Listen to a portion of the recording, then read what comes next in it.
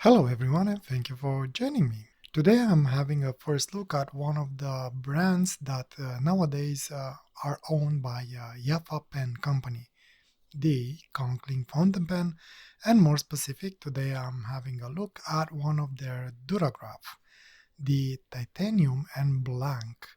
I think there was one more version of this pen which was Titanium and Rose Gold.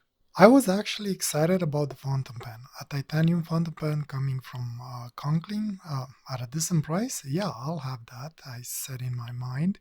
But unfortunately, was not really what I was expecting it to be.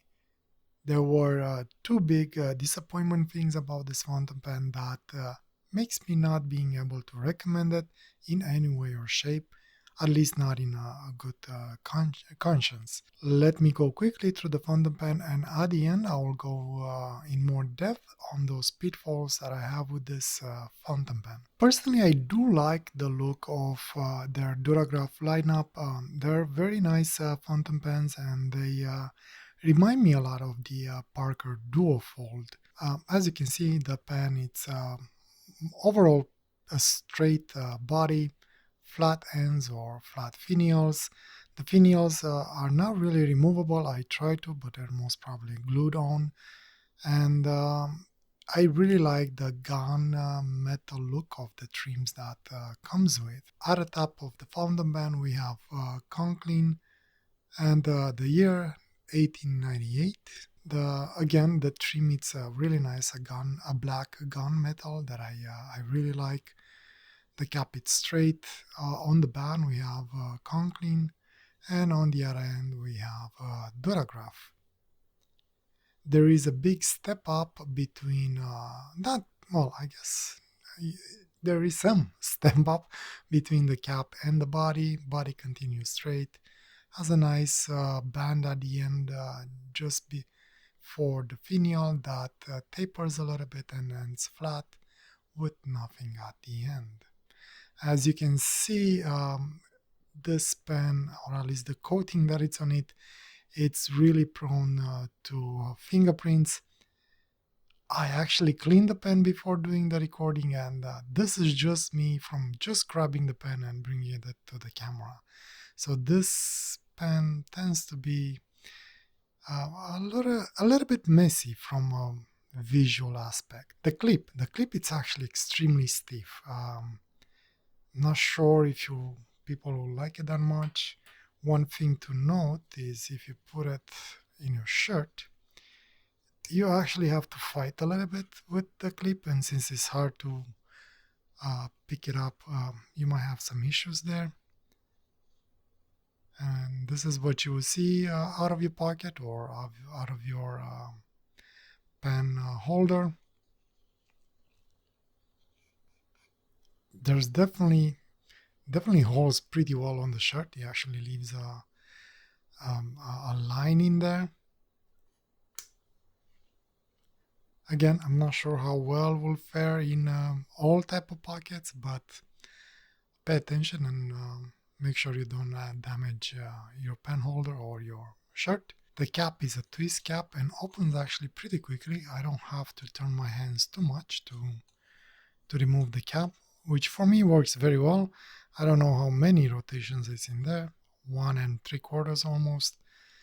And when you remove the pen, um, ignore the nib for now.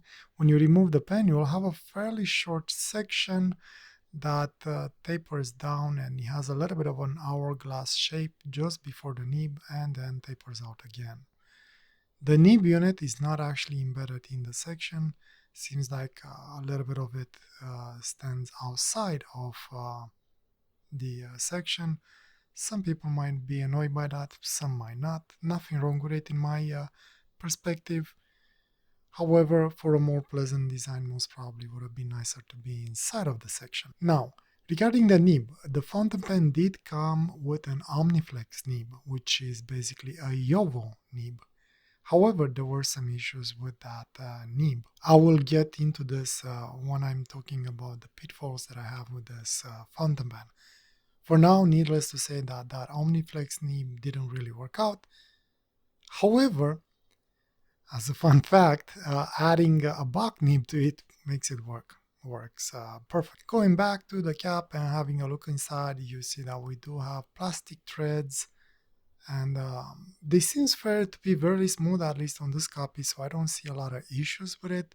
And we do have a plastic inner sleeve inside there. Going back to the body of the pen, the barrel opens up very nicely. And as you can hear, we do have metal threads on metal threads. We have a pretty tall collar for the converter that comes included with the fountain pen and works pretty smoothly.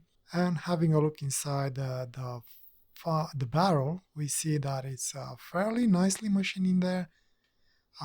Seems to be one piece of metal, and towards the end seems to be like another sleeve that I assume helps to keep in place the end finial. One odd thing that I find it as a curiosity as the why they did that, but it is done.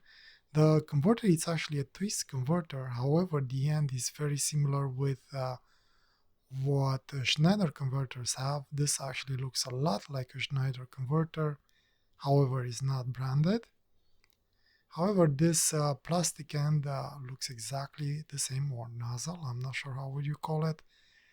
But for whatever reason, they've added these threads on this in order to thread the converter in there, and I guess to hold it more securely.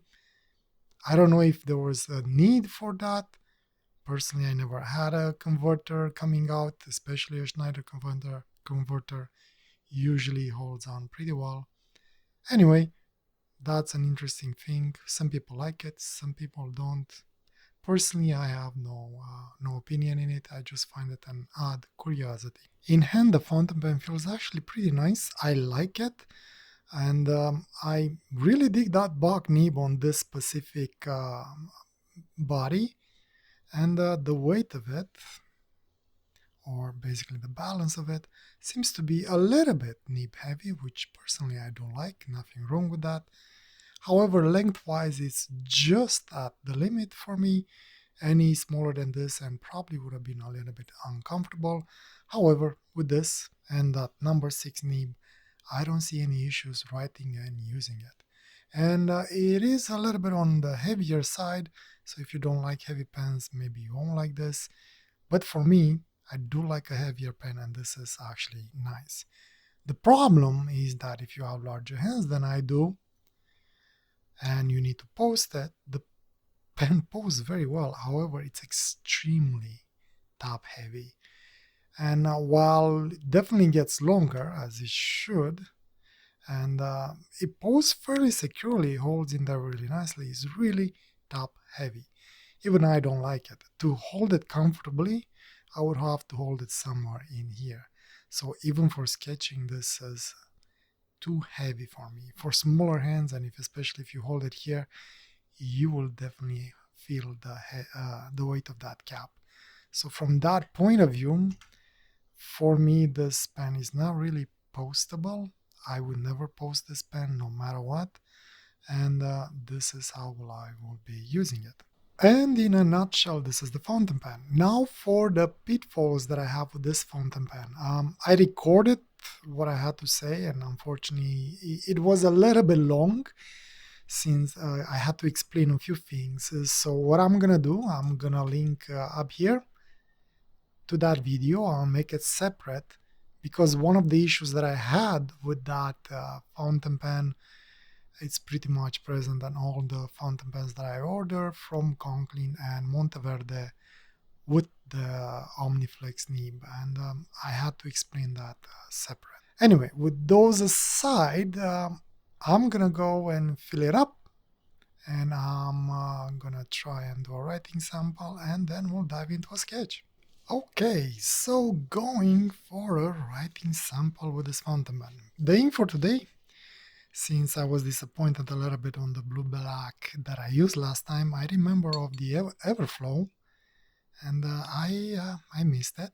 For those of you that been a while on this channel know that I used this ink sometime last year, and I was mentioning that unfortunately this company is one bust. So I have these bottles, and they're precious. I use them very rarely, and the pen filled up really nicely, no issues. And this blue and this black blue looks beautiful on this nib. I usually clean my nibs, but I kept this one dirty. Anyway, let me go around the mic a little bit. So, this is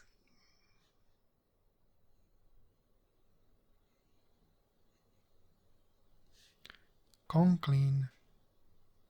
Hopefully I did not misspell it.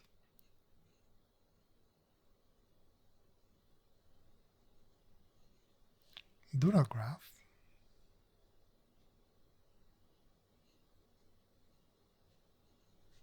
TIN.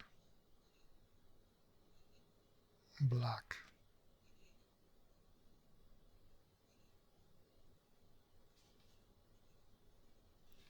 Now when the pen is paired with the Bock nib, a nib that works very nicely without feed, works beautifully.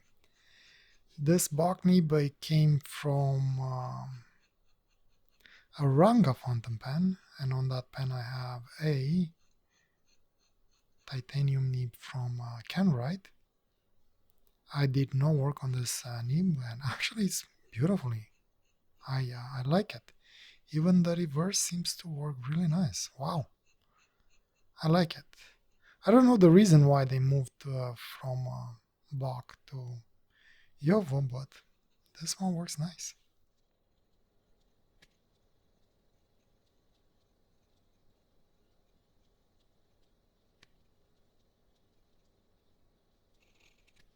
All right, the nib actually works very nicely. I do like it.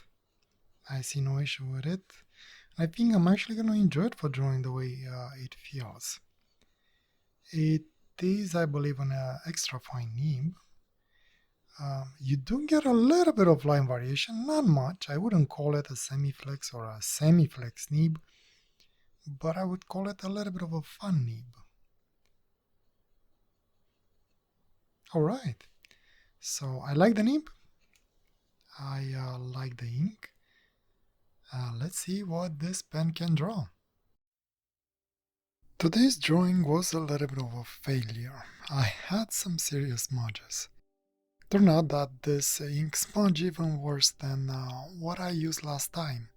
I think I am done with the blue inks for a while. Can't believe I did not remember that this ink smudged so bad. I think it's time to color code my bottles so I remember next time I decide to use them for drawing.